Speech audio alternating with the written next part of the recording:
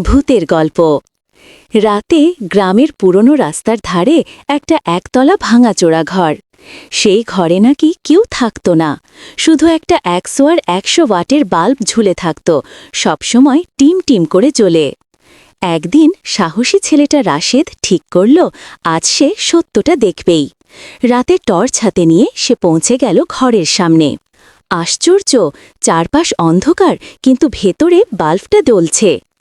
রাশেদ ভেতরে ঢুকতেই বাল্বটা হঠাৎ ঝিকঝিক করতে শুরু করল। হঠাৎ ঘরের কোণ থেকে একটি ঠান্ডা কণ্ঠ ভেসে এলো, কে এলে আমার আলো চুরি করতে? রাশেদ ভয়ে পিছিয়ে গেল, দেখল সাদা ধোঁয়ার মতো এক ছায়া ধীরে ধীরে বাল্বের দিকে এগোচ্ছে। ছায়াটা বলল, এই আলো ছাড়া আমি থাকি না, এটা আমার 100 ওয়াটের প্রাণ।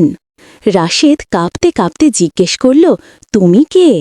ছায়াটা দীর্ঘ নিঃশ্বাস ফেলে বলল, আমি সেই ইলেকট্রিশিয়ান রফিক, কাজ করতে করতে এখানে মারা গেছি, তাই এই বাল্বটাই আমার একমাত্র সঙ্গী।